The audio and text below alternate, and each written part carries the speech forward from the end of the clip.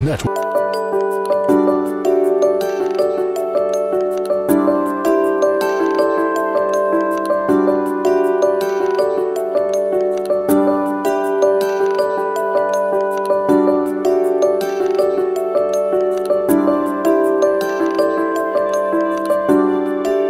অভ্যস্ত সিহঁতবোৰ কোনোবাই কিবা খাবলৈ দিব পেটৰ ভোক নিবাৰণ হ'ব কোনো চাহ দোকানীয়ে বিস্কুট দুখনকে দলিয়াই দিব কোনোজন ব্যৱসায়ীয়ে কি জানিবা আন কিবা খাবলৈ দিব হোটেল ৰেষ্টুৰেণ্টৰ কাষতেই কিবা খাবলৈ পাব কি জানি কোনো পদপথেৰে অহা যোৱা কৰাজনে মৰমেৰে হাত বুলাই দিব খাই আপোন মনে চাই দুখৰত ভৰ দুপৰীয়া শুই পৰিব কিন্তু নাই তেনে পৰিস্থিতি যে আজি সুকীয়া মৰমেৰে খোৱা বস্তু দিয়া চিনাকি ঠাইবোৰৰ বেছিভাগতেই সেই মুখবোৰ নাই ক'ত খাবলৈ পাব বিচাৰি ফুৰিবলগীয়া হৈছে কিবা খাবলৈ পাবও নে নাই তাৰো নাই ঠিকনা কি জানিবা আকৌ ভোকে লঘোণে ঘূৰি ফুৰিব লাগিব হয় সিহঁতবোৰ যে মানুহৰ ওপৰতেই নিৰ্ভৰশীল পৰিৱৰ্তিত কোভিড পৰিস্থিতিত সকলো সলনি হৈছে কিন্তু এনে পৰিৱেশৰ পৰা এই বাটৰ জীৱ-জন্তুবোৰক কিছু সকাহ দিবলৈ পুনৰ আগবাঢ়ি আহিছে জাষ্ট বি ফ্ৰেণ্ডলি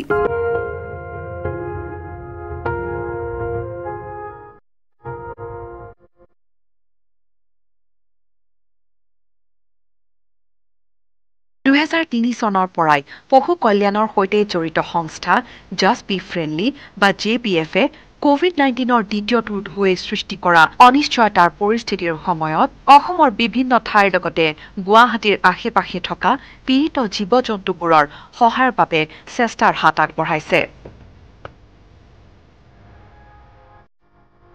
পুৱাতেই ওলাই যায় JBF-ৰ টীম সংস্থাটোৰ এইসকল কৰ্মকৰ্তাই নিজস্বভাৱে গুৱাহাটীৰ এনে বিভিন্ন স্থানত হাজাৰতকৈও অধিক জীৱ-জন্তুক খাদ্যৰ যোগান ধৰি আহিছে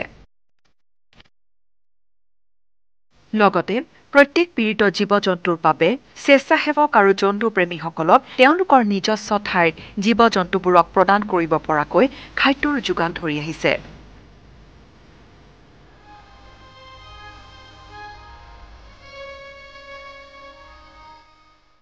কেৱল এয়াই নহয় কোভিড-19ৰ এনে ভয়াৱহ পৰিস্থিতি আৰম্ভ হোৱাৰে পৰাই JBF-এ অহৰ্নিশে কৰি আহিছে এই মহৎ কাম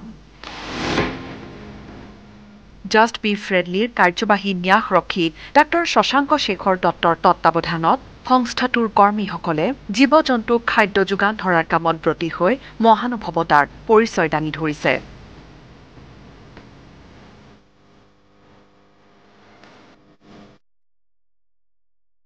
JBF-ৰ এনে কাৰ্যই কেৱল বিভিন্নজনৰ প্ৰশংসা বুটলাই নহয় আন বহুজনকে পদপথত থকা জীৱ-জন্তুৰ বাবে খাদ্য আদি যোগান ধৰাৰ ক্ষেত্ৰত অনুপ্ৰেৰণাও যোগাই আহিছে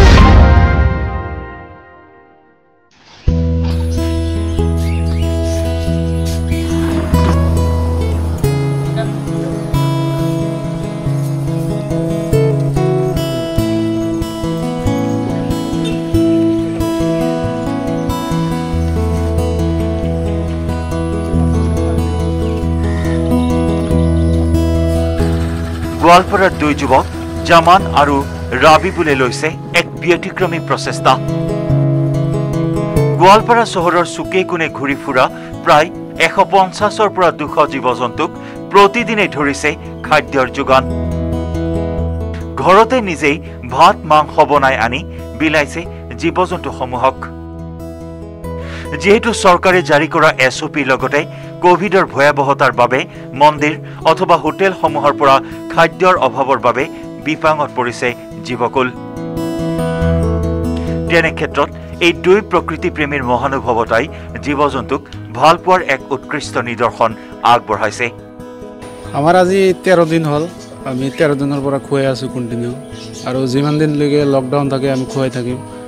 লকডাউনৰ ফলত দোকান চোকান সব বন্ধ হৈ গৈছে, সেইকাৰণে ৰাস্তাৰ কুকুৰ বান্দৰবিলাকে একো খানা নাপায়, তো সিহঁতক আমি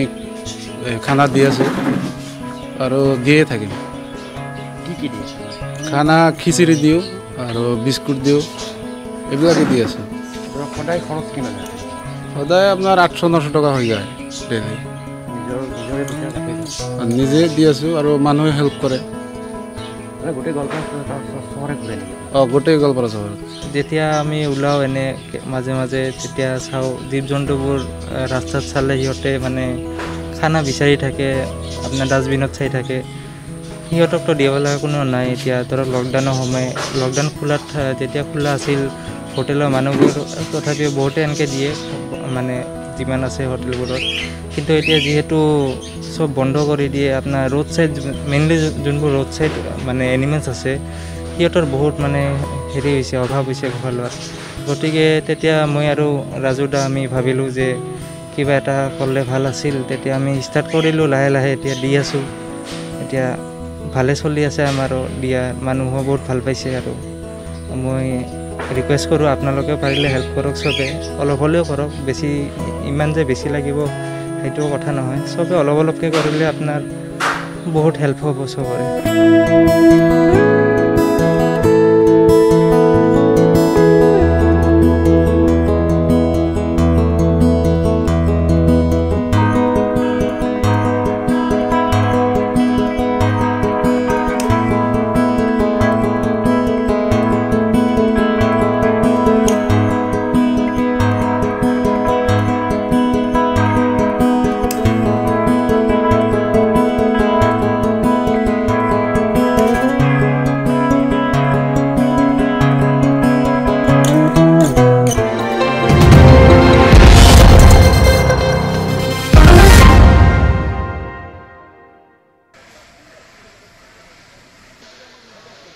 দ্বাদশ শ্ৰেণীৰ শিক্ষাৰ্থীক বিনামূলীয়া পাঠ্যপুথি বিতৰণ। 2021-22 বৰ্ষৰ শিক্ষাবৰ্ষৰ বাবে পাঠ্যপুথি বিতৰণ অনুষ্ঠানৰ শুভ উদ্বোধন কৰিলে শিক্ষামন্ত্ৰী ডক্টৰ ৰণোজ পেগুৱে। বুন্দাস্থিত অসম ৰাজ্যিক পাঠ্যপুথি প্ৰণয়ন আৰু প্ৰকাশন নিগম লিমিটেডৰ কেন্দ্ৰীয় ভঁৰালত বুধবাৰে কাৰ্যসূচীৰ ফ্লেগ অফ কৰিলে শিক্ষামন্ত্ৰীগৰাকীয়ে। কাৰ্যসূচীৰ শুভাৰম্ভৰ দিনাই ডিব্ৰুগড়, ধেমাজি, বঙাইগাঁও, নলবাৰী আৰু চিৰাং এই 5খন জিলালৈ পঠিওৱা হয় দ্বাদশ শ্ৰেণীৰ পাঠ্যক্ৰম। দুদিনৰ ভিতৰত সকলো জিলালৈ প্ৰেৰণ কৰা হ'ব পাঠ্যপুথিসমূহ। যদিও কোভিড পৰিস্থিতি বৰ্তমানো এটা আংশিক লকডাউন চলি আছে, কিন্তু আৰম্ভণিৰে পৰা আমাৰ প্ৰচেষ্টা আছিল যাতে ইয়াৰ মাজতো আমাৰ দ্বাদশ শ্ৰেণীৰ ছাত্ৰ ছাত্ৰীসকলে বিনামূলীয়া পাঠ্যপুথি লাভ কৰিব লাগে। আৰু আমাৰ সেই প্ৰচেষ্টাৰ এটা সফলতা স্বৰূপে আজি আমি ফ্লেগ অফ কৰিছোঁ আনুষ্ঠানিকভাৱে সকলো জিলালৈ আমাৰ দ্বাদশ শ্ৰেণীৰ বিনামূলীয়া পাঠ্যপুথি বিতৰণ কাৰ্যসূচী। আৰু এইখিনি জিলালৈ গৈ পাব। জিলাত গৈ পোৱাৰ পাছত জিলা কাৰ্যালয়ৰ পৰা কোভিড প্ৰট'কল মানি পেলাই সকলো বিদ্যালয়লৈ আৰু ছাত্ৰ ছাত্ৰীসকললৈ পাঠ্যপুথিসমূহ বিতৰণ হ'ব। আজি ৰাতিপুৱা আমি ডিব্ৰুগড়, ধেমাজি, বঙাইগাঁও, নলবাৰী আৰু চিৰাং এই 5খন জিলাৰ কাৰণে কিতাপ আমাৰ ইয়াৰ পৰা ওলাই গৈছে। আজি পিছবেলা ওলাই যাব। 2টা দিনৰ ভিতৰত আমি সকলোবিলাক জিলালৈ আমি পাঠ্যপুথি বিতৰণ কৰিম। নতুনকৈ আমাৰ যিকেইখন জিলা গঠন হ'ল সেই জিলাকেইখনত জিলা শিক্ষা বিভাগৰ কাৰ্যালয় নথকাৰ কাৰণে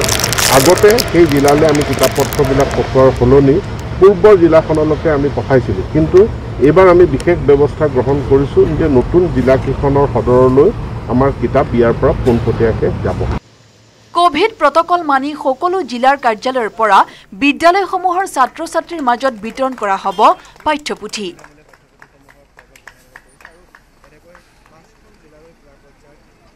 আনহাতে মেট্ৰিক আৰু উচ্চতৰ মাধ্যমিকৰ পৰীক্ষা পৰিস্থিতিৰ ওপৰত নিৰ্ভৰ কৰি অনুষ্ঠিত কৰা হ'ব বুলি মন্তব্য শিক্ষামন্ত্ৰীগৰাকীৰ। স্যাৰ কালি প্ৰাইম মিনিষ্টাৰ এখন বৈঠকত ইতিমধ্যে সিদ্ধান্ত লৈছে CBSE 12ৰ পৰীক্ষা এক্সাম কেনসেল হৈছে শিক্ষাৰ্থীসকলৰ ভৱিষ্যতৰ কথা ভাবি সেৱা বা আজি আমাৰ শিক্ষা বিভাগ স্বাস্থ্য বিভাগৰ লগত মিটিং আছে গোটেই সমগ্ৰ ভাৰতবৰ্ষৰ পৰিস্থিতি সকলো ৰাজ্যত একে নহয়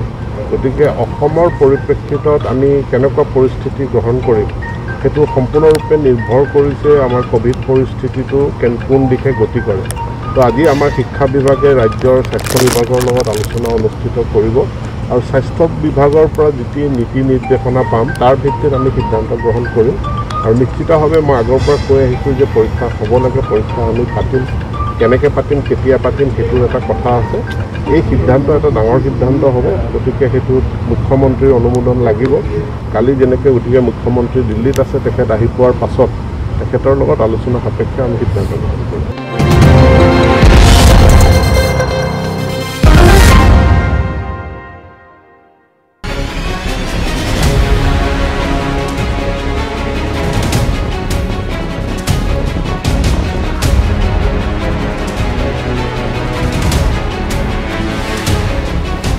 সমগ্ৰ দেশৰ লগতে ৰাজ্যত এতিয়াও চলি আছে কৰোনাৰ বিভীষিকা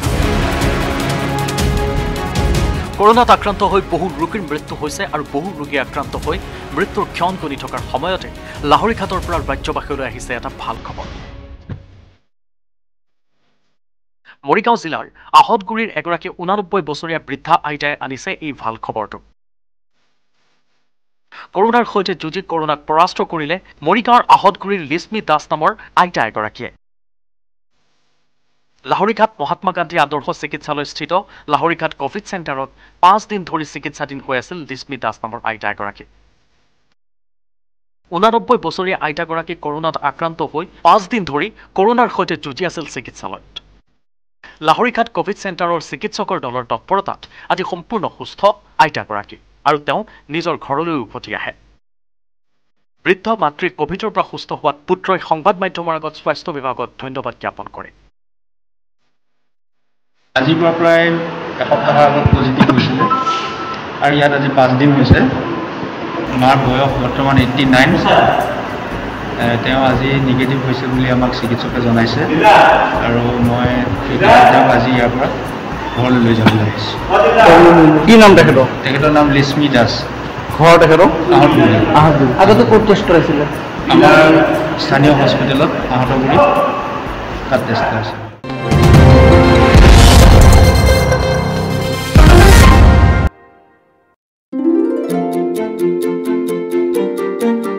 28 মে 595,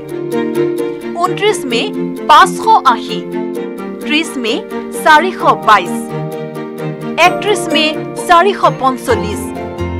আৰু 1 জুন 403। এয়া হৈছে কামৰূপ মহানগৰ জিলাত শেহতীয়া 5 দিনৰ কোভিড আক্ৰান্ত ৰোগীৰ সংখ্যা। তথ্য অনুসৰি জিলাখনত শেহতীয়াকৈ ক্ৰমাগতভাৱে হ্ৰাস পাইছে কোভিড আক্ৰান্ত ৰোগীৰ সংখ্যা। এয়া নিশ্চয়কৈ জিলাখনৰ বাবে এক আশাৰ বতৰা। যে গুৱাহাটী চিকিৎসা মহাবিদ্যালয় যি সময়ত আমি ইয়াত মে মাহৰ মাজভাগত আমি প্ৰায় 840-845লৈকে মানুহ ৰাখিব লগা হৈছিল, আজি সেই সংখ্যাটো আমাৰ প্ৰায় 500-550লৈ গুচি গৈছে। গতিকে প্ৰায় 300 মানুহ কমিছে আমাৰ হস্পিটেলত। গতিকে এটা নিশ্চয় সুখবৰ। ঠিক তেনেকৈ আজি যদি মই পৰিসংখ্যাটো কওঁ, আমাৰ যিটো বিচনাৰ আমাৰ অকল গুৱাহাটী চিকিৎসা মহাবিদ্যালয় বুলিয়ে নহয়, আমাৰ গুৱাহাটী চিকিৎসা মহাবিদ্যালয়ৰ যিটো সংলগ্ন যিটো CCC আছে, আমাৰ 4খন মেইন CCC আছে, এই গোটেইকেইখনতে ইমান বিচনা খালী আছে যে আজি আমাৰ টোটেল বিচনা খালীৰ সংখ্যা 1600তকৈও অধিক। গতিকে মানুহৰ কাৰণে এটা নিশ্চয় সুখবৰ যে কোনো এটা ভীতিগ্ৰস্ত হ'ব নালাগে।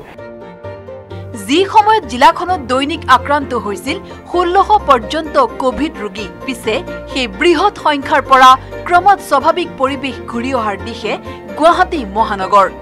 আৰু যাতে মানুহক আকৌ কষ্টকৰ দিনলৈকে যাতে ঠেলি নিব নালাগে, তাৰ কাৰণে তেওঁলোকে নিজে সন্তুষ্ট হওক, তেওঁলোকে নিজৰ আচাৰ ব্যৱহাৰ ঠিক কৰক, মাস্ক পৰিধান কৰক, ছ'চিয়েল ডিষ্টেঞ্চিং কৰক, ভিৰ এৰাই চলক। নিশ্চয় আমি গুৱাহাটীবাসীয়ে যিটো আমি বৰ্তমান কালি 403টা কেছ হৈছে, তাৰ আগদিনাখন 384 কেছ হৈছে গতিকে আমি 400 আশে-পাশে যিটো আমি কেছ আছে সেইটো হয়তো আমি যদি অলপ সাৱধান হওঁ এই সপ্তাহত বিশেষকৈ আজি বুধবাৰ দেওবাৰলৈকে আমি এটা ভাল খবৰ দিব পাৰিম যে আমাৰ এইটো হয়তো 200 মানলৈকে আমি হয়তো কমাব পাৰিম অৱশ্যে এই সময়তো জনতাক অধিক সাৱধানতা অৱলম্বন কৰাৰ আহ্বান গুৱাহাটী চিকিৎসা মহাবিদ্যালয়ৰ অধ্যক্ষ অচ্যুত বৈশ্যৰ অধ্যক্ষৰ তথ্য অনুসৰি গুৱাহাটী চিকিৎসা মহাবিদ্যালয়ৰ অধীনৰ 4 চিকিৎসালয়ত বুধবাৰৰ দিনটোত খালী প্ৰায় 1600 বিছনা একেদৰে খালী আছে কোভিড আইচিইউ জনতালৈ আহ্বান কোভিডৰ সকলো নীতি নিয়ম মানি ঘৰতে থাকিলে অনাগত এসপ্তাহৰ ভিতৰত 200ৰ তললৈ আক্ৰান্তৰ সংখ্যা আনিব পাৰিম বুলি আত্মবিশ্বাসী অধ্যক্ষগৰাকী অৱশ্যে ইয়াৰ বাবে জনতাৰ সহায় সহযোগিতা কামনা কৰিছে অধ্যক্ষগৰাকীয়ে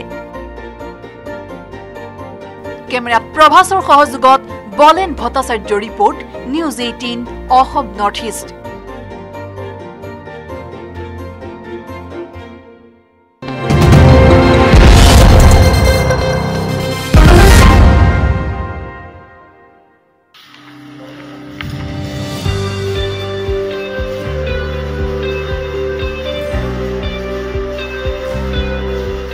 PPE কিট পিন্ধি বিধায়কে বুজ ল'লে কোভিড কেয়াৰ চেণ্টাৰত থকা ৰোগী আৰু চিকিৎসা কৰ্মীৰ অৱস্থা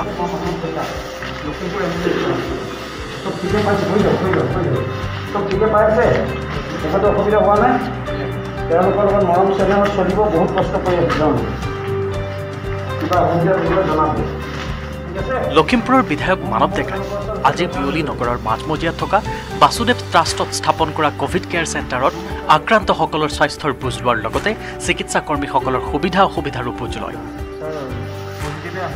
উল্লেখযোগ্য যে PPE কিট পিন্ধি বাসুদেৱ কল্যাণ ট্ৰাষ্টত থকা কোভিড ৰোগীৰ লগত মত বিনিময় কৰাৰ লগতে চিকিৎসকসকলৰো কৰ্মৰ বুজ ল'লে বিধায়কগৰাকীয়ে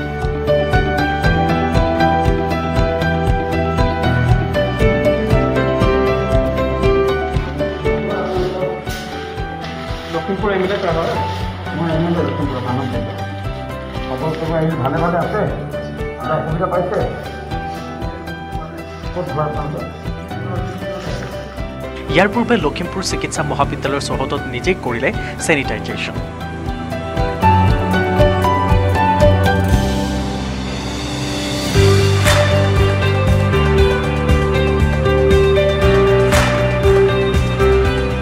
এগৰাকী চিকিৎসা কৰ্মীয়ে ঘণ্টাৰ পৰা ঘণ্টা ধৰি PPE কিট পিন্ধি 24 ঘণ্টাই কিদৰে কোভিড ৰোগীসকলক সন্মুখৰ পৰা সেৱা আগবঢ়াই আছে সেই পৰিস্থিতিও তেওঁ বুজি পাই সাংবাদিকক প্ৰকাশ কৰিলে এইদৰে আজি মই তেওঁলোকৰ লগত সহমৰ্মিতা দেখাবলৈ কাৰণেও ইয়াৰ ভিতৰত কিছু সময় অৱস্থান গ্ৰহণ কৰিলোঁ যিটো মোৰ তেওঁলোকৰ প্ৰতি সহমৰ্মিতা মই নিজে দেখিলোঁ যে PPE কিটযোৰ পিন্ধি বোধকৰোঁ মই আধা ঘণ্টামান সময় আছিল ভিতৰত আধা ঘণ্টা সময় কেনেকুৱা এটা লাগে মানুহৰ শৰীৰত সেইটো আপোনালোকে নিজে কেতিয়াবা আপোনালোকৰ কোনোবা দুজন গৈছিলে হ'বলৈ মই দেখা পাইছোঁ তো 8 ঘণ্টা যিজন স্বাস্থ্যকৰ্মীয়ে তেওঁৰ অৱস্থাটো চিন্তা কৰি যাতে এই আখৰিক মনৰ মানুহবিলাকে এনেকুৱা ধৰণৰ কাম ভৱিষ্যতে নকৰে তাৰ প্ৰতি মই এটা স্বাস্থ্যকৰ্মীসকলক সমৰ্থন জনালোঁ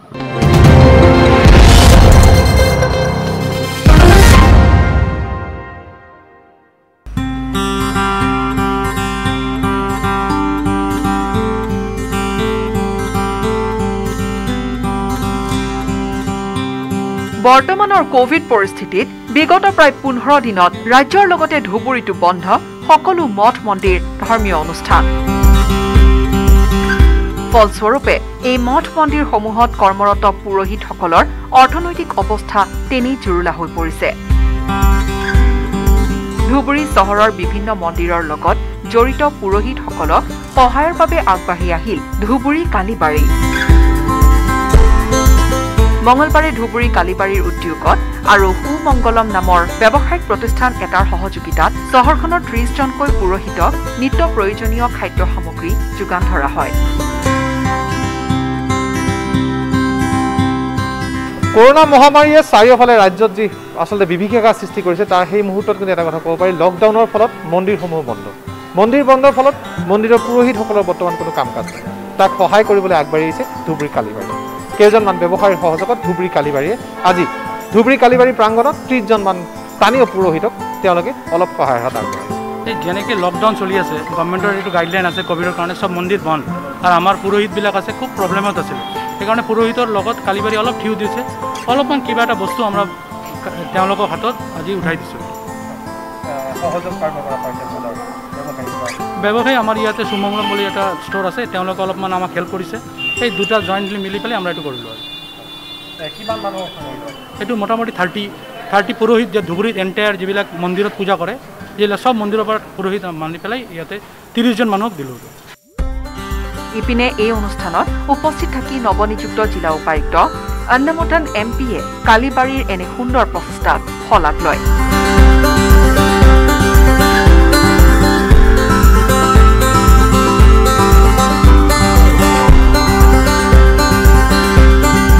লগতে আজিৰে পৰা আক্ৰান্ত কোভিড ৰোগীৰ বাবে ধুবুৰী যুটীয়া স্বাস্থ্য বিষয়াৰ কাৰ্যালয়ৰ পৰা টেলিমেডিচিনৰ বাবে এটা টেলিফোন নাম্বাৰ মুকলি কৰি দিয়াৰ ব্যৱস্থা কৰা হৈছে বুলিও উল্লেখ কৰে।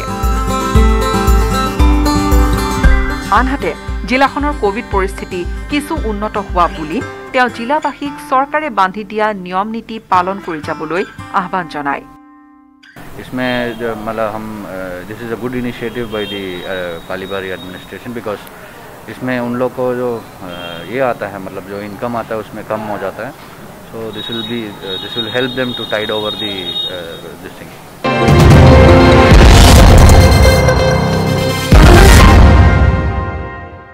নিউজ 18 বিশেষ